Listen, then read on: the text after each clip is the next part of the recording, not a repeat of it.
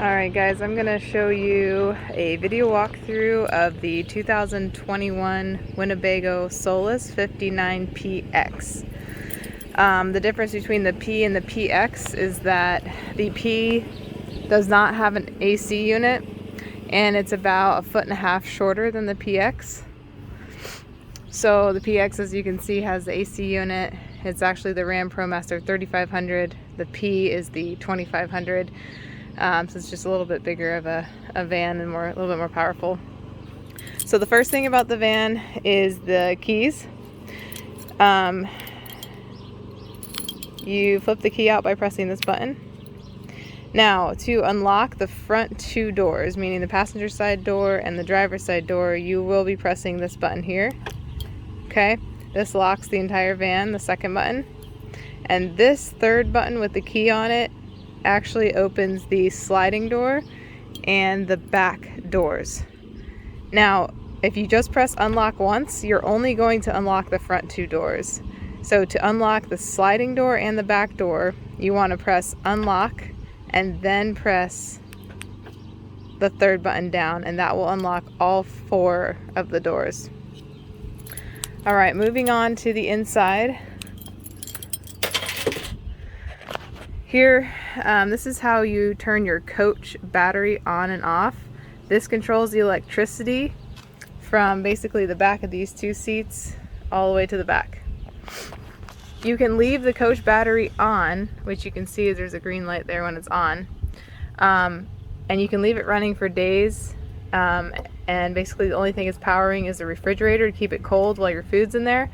The Solis does have a solar panel at the top that will give a trickle charge to the 2 batteries underneath, so you can keep your fridge on even if you parked it and you're letting it sit for a couple days. The way to monitor how much battery life you have is when you come over to this gauge over here, you're going to hit this little black button with BATT under it. That's battery. So that shows you are full. If you're not full, the way to charge the battery is you can turn the van on, or you can turn the generator on, which is going to be this button here. To turn the generator on, it's pretty simple. You just hold down the button and you'll hear it start up. These are the hours of the generator. I don't charge for generator use, so you can use it as much as you want.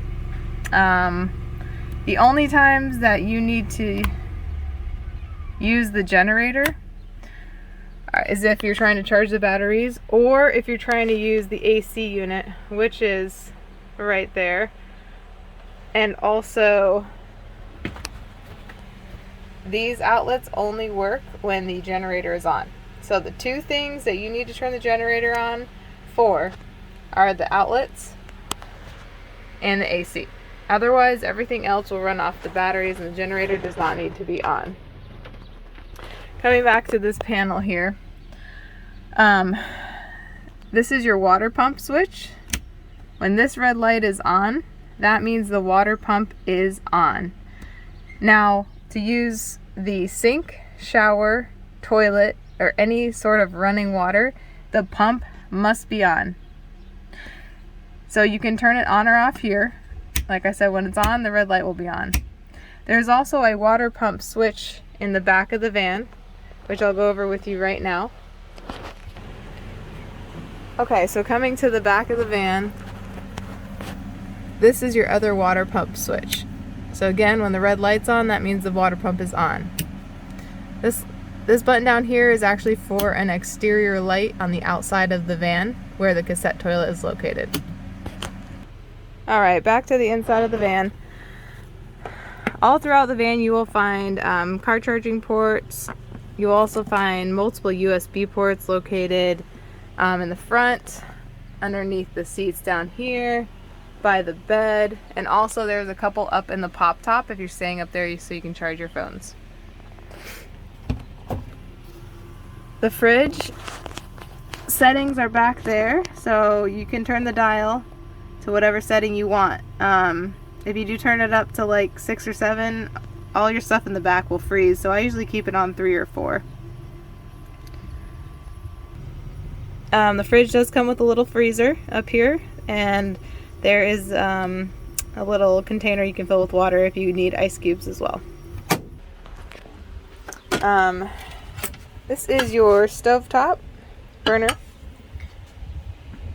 To start it, you're going to need to turn the dial like you would on a gas stove, and then this is the igniting switch. So you're just gonna hold that down, you're gonna hear it click, and then it should light up. Now, to get the stovetop to work, your electricity, 1, has to be on, and 2, your propane has to be on. So this is stands for liquid propane. So to turn the propane on, you just switch the button to on. Now, before you do that, you want to go underneath and make sure that the propane is actually on. You can keep it on while you drive. You can keep it on the whole time you are using the van. It doesn't need to be shut off unless you're going through an old tunnel, and the tunnels will state to shut off the propane if it's necessary. Most of the time I just keep this on the entire time. So once that's on down there, then you come in here, you click this on, and then your stove will work. This down here is a propane alarm, because propane gas is actually heavier than air, so if propane is leaking, it will fall to the bottom of the floor, and this detector will go off a very, very loud alarming sound if there's a propane leak. Oh, if you cover this with a bag or your foot or anything, it will also start sounding. So all objects need to be away from this alarm and from this hole here, so it doesn't sound, and so it has some clearance. Alright, back to the control panel. This is your level of propane, so it's full. This is your battery level, which is full. And then this is your gray tank, which is on E right now, which it will be empty every time a new rental starts.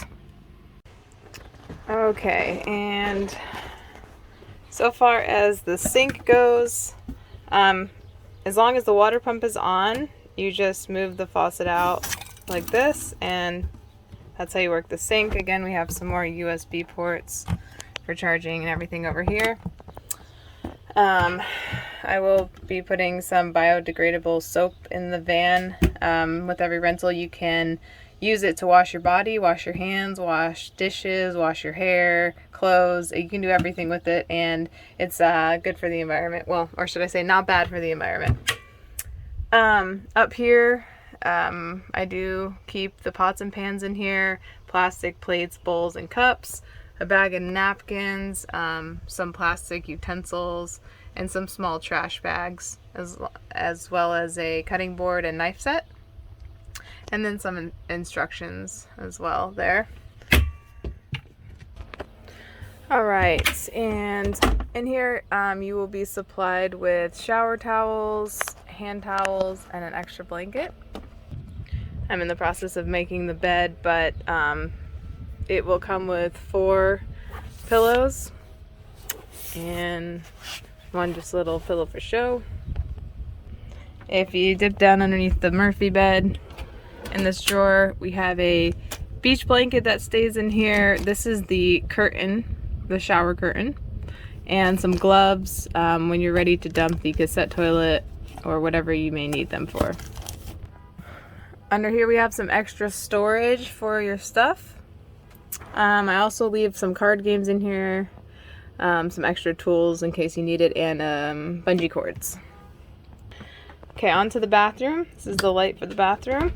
Now, this door is pretty hard to get open. You can lock it so the top part doesn't jiggle. So the lock's here.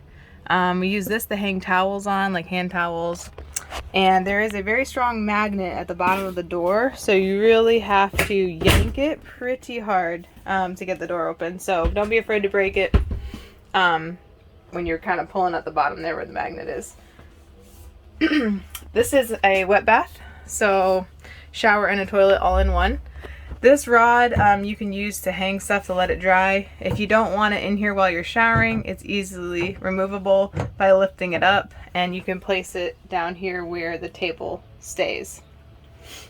So in here I do keep some RV toilet paper. You can either flush it down the cassette toilet, or you can stick it in these little doggy bags that I have here. One-time use doggy bags. So I use the doggy bags personally because I don't want to fill up the cassette toilet with toilet paper. It's much harder to dump out at the end of your stay when you're ready to dump it, and it takes up more space. So to tell how much more room you have in the cassette toilet, as long as that's green, you have space. When that starts to completely turn red, that means it's time to dump the cassette toilet. I also supply some extra RV toilet paper here. Porta-Pack pods for deodorizing. You just need one per dump. So once you dump it, you can place one in here, fill it with water, and dump it down, and that will stay down there to help deodorize for the next week or so. So okay, so you take the pod from the pack, you place it down into the toilet, and to fill the toilet with water, again, make sure you have your water pump on. To fill it with water, you press this blue button. So when you press it, it fills the toilet with water. Now to flush the toilet, you're going to want to close the lid, come down here to the side, and this is your flusher. That opens it up, lets it all down, and you want to keep it closed. As you can see, all the water in the pot is gone. So this little lever down here opens and closes this. I normally go ahead and keep some water in it, just a little bit. And that's it. So this van is one of the, I think the only camper van that has a heated bathroom. So that's your heat vent right there. Keep this closed. You have your hot and cold controls, and I will show you guys how to get hot water. Okay, so there's a few steps to get your hot shower or hot water use. So step number 1, make sure your water pump is on. You know it's on because this red light up here is on. So water pump's on. Next, you're going to want to turn your liquid propane gas on. So we have that on. After that, you're going to come over to the Truma. You're going to press this big black button inward. Now this heats the van, and this icon heats the water. So you're going to want to scroll over to the water one. When it's blinking, press this button in. Now it's currently off, but to get it to start heating, you can turn it to Eco, Hot, or Boost. I believe the temperatures are, I want to say 90 degrees on Eco, 120 on Hot, and 140 on Boost. In the summertime or the fall and spring, I think Hot or Eco is plenty warm enough. In the winter, sometimes I put it up to Boost, but it gets really, really hot, so just be careful with that. So once you have it on your setting that you want, I'm going to choose Eco. Then I'm going to press this black round button in again. Then it's going to start blinking, and you're going to know that it's heating up to the temperature you selected. Also, if you look here, it says Eco. It will say whatever one you selected up there, and you know it's heating up. So the next step is going to be coming down here underneath the sink, and you're going to want to turn it to preheat, okay? I'm going to shut it off just so it doesn't preheat, but you're going to want to keep it on preheat for 20 minutes minimum. Ideally, I would recommend 30 or 35 minutes on preheat. That will get you more hot water and a longer, warmer shower. Once you are ready to take a shower, you must turn this nozzle off preheat and back to normal. So it should be in this position, up and down, when you're showering. If you leave it turned to preheat, you won't have any water pressure or barely any water coming out of the shower. So make sure to turn it back to normal. Once you do that, then you can step into the shower and take your hot shower. I recommend doing the camping shower. Do not let the water run. rinse yourself off, shampoo, soap yourself, then rinse yourself off again. If you let the water run, you're going to run out of hot water really fast, and you're going to run out of water. You only have about 21 gallons of fresh water, which will get you through about 4 or 5 days, depending on how conservative you are with water. This little switch over here provides a light, so you can actually see the fresh water level, which is about right here is pretty much the top of it because the tube starts to curve. So that's your fresh water. Your gray tank holds about 20 gallons until you have to dump it. Back to turning all the shower things off. Once you're done showering, then you come back to the Truma, click this round button, and again go back over to the water icon, click it again and go off, click it in one more time, then your heat is off in the shower. So once you're done showering, you come back over here and you shut it off. And you can keep your water pump on while you're stationary, or while you need it. Please make sure you turn the water pump off when you're driving. If not, it starts to make this noise, like a spinning fan noise, and it sounds like it doesn't sound good. So just make sure the water pump is off when you're driving the vehicle. This button here is mostly for the winter time. This actually heats your holding tank, your gray tank up. Basically just to help, if it's really cold temperatures, help prevent, freezing and keep everything warm. So that will be turned on in the winter time, but no use for it in the summertime. This is your solar panel gauge. Don't really need to do anything with it. Just kind of tells you what the solar panel is doing up there, but no need to do anything on that note. Down here we do have a extra counter space or a cutting board. You're going to slide this little latch down, and then this actually will pull out right there, and then you can slide it back in, and you're going to want to latch this and push it over so it doesn't come out when you're driving. Another thing with the refrigerator, you're going to want to, when you go to get in the fridge, make sure you turn this and press down to pull it open. When you close it back, you definitely want to latch this metal piece because you don't want it flying open if you hit a big bump or something.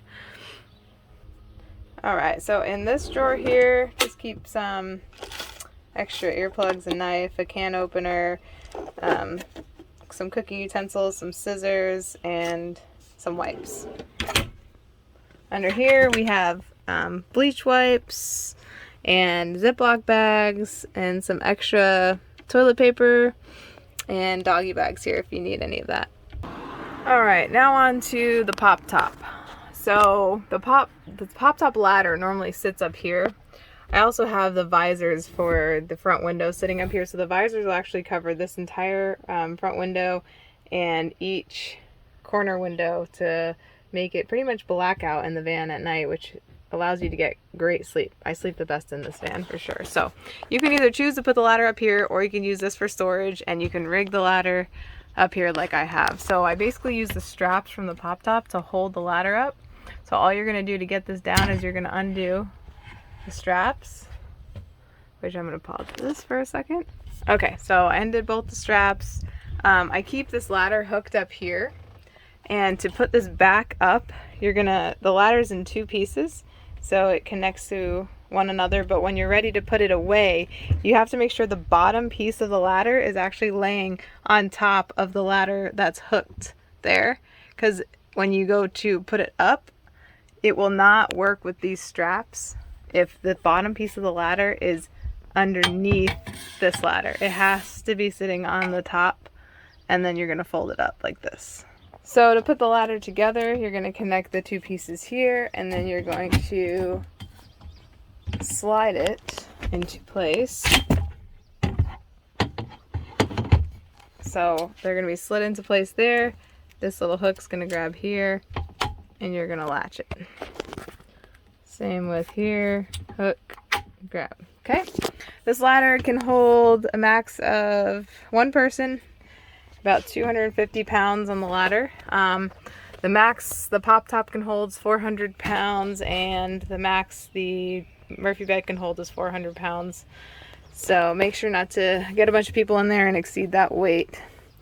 So to open the pop top, make sure that you put these straps back so you can actually use them to pull the top down after you pushed it up, or you're not going to be able to reach it very well. Alright, to unlatch the pop top, first you're going to undo this clip by pressing the black piece in and sliding it down. Next, you are going to take this lever and turn it to the left to loosen it, and then it unlatches. Same with putting it back on. You put it here and you tighten it. Make sure these are both secure because you don't want to be driving down the road and have the pop top come up. So again, this latch here,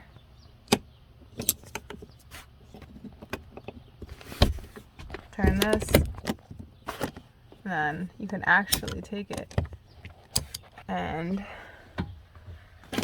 magnetize it up against the ceiling like that. What I normally do is step 1 foot on the ladder. I take 2 hands and I press up. So take your hands, press the pop top up, and it will kind of pop up itself like that. Now up here on the pop top, you do have a light right here, which is controlled by this switch here. Turns that light on. Like I said before, you also have USB and car charging ports up here for the pop top. Now you have 3 windows. This first window can actually come all the way down. So first you have a screen. And you can also unzip the screen if you don't want a screen.